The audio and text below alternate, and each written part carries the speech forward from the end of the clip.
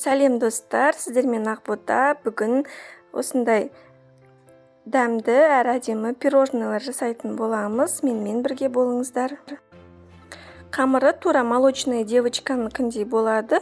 Сгущенкаға бір банка 3 жұмыртқаны саламыз. Оны жақсылап миксерлеп алып, растопленный сливочный майды құямыз. Оны да жақсылап миксерлеп алып, ұнымызға қопыстықышты салып, оны електен өткізіп, жақсылап араластырып алатын боламыз миксермен. Духовканы 180 градуста қыздырып қоя берсеңіздер болады. Біз 3-ке бөлеміз тестамызды. 5 қасықтан айналды. Үлкен қасықпен толтырып салғанда 5 қасықтан ровно 3 пергаментқа осылай бөліп салатын боламыз. Молочная девочканың корждары өте тез піседі. Әркімнің духовкасы әртүрлі болғандықтан беті сарғайған кезде толық пісетін болады. Сол үшін байқап қойыңыздар. Осылай 3 бөлікке бөліп аламыз.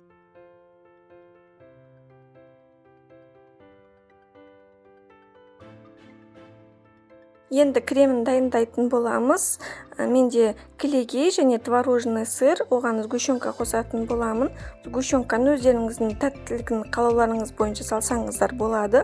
Көп араластырудың қажеті жоқ. Ол творожный сыр құрамында көп болғандықтан ол бір-біріне қосылып, өзінің формасын ұстап тұрғанша араластырасыздар.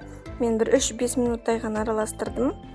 Максимальный скоростында. Енді корждар суығаннан кейін, міндетті түрде суығаннан кейін біз оларды жинайтын боламыз. Кремімізді 3 бөлікке бөліп аламыз.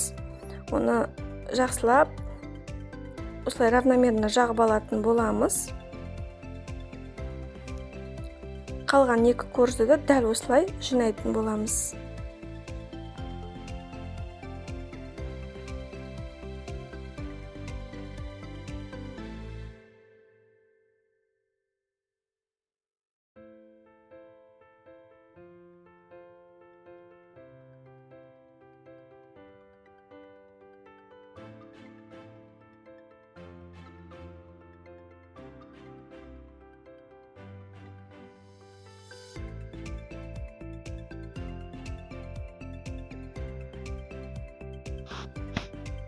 Шеттері тегіс болу үшін шеттерін обрезать етіп тастайтын боламын.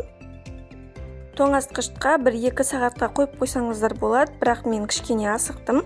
30 минут қана қойдым. Бетіне глазурь жасайтын боламыз. Водяной баняда шоколадқа күнбағыс майын құйып, екеуі толық араласқанша осылай ертіп алатын боламыз және оны суытамыз. Одан соң пирожныйларымызда семдейтін боламыз. Пирожныйдың да формасын өздеріңіздің қалауларыңызша жасасаңыздар болады. Дөңгелек, болмаса үшбұрыш, қандай қалайсыздар, өздеріңіздің фантазияларыңызға байланысты.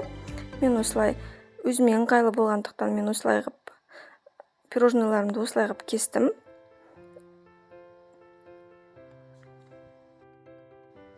Әсемде өздеріңіздің қалауларыңыз бойынша мен кішкене пирожныйды осылай шоколад құйдым, кейбір пирожныйларға жартылай шоколад құйдым, қалған кішкене остаток шоколадты үстіне зебра қып тоже сәндеп шықтым.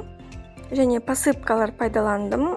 Кокосовые стружки, арахис, сосын барып вафельная крошка. Өздеріңіздің қалауларыңызша әсемдей берсеңіздер болады. Болмаса солай кесіп қоя салсаңыздар да болады. Болмаса барлығын шоколадпен әсемдеп шықсаңыздар болады. Менде не бар, мен сонымен әсемдеп шықтым. Ал барлық пайдаланған нәрселерімнің барлығын мен Аздекор дүкенінен алдым. Ол кондитерлік дүкен.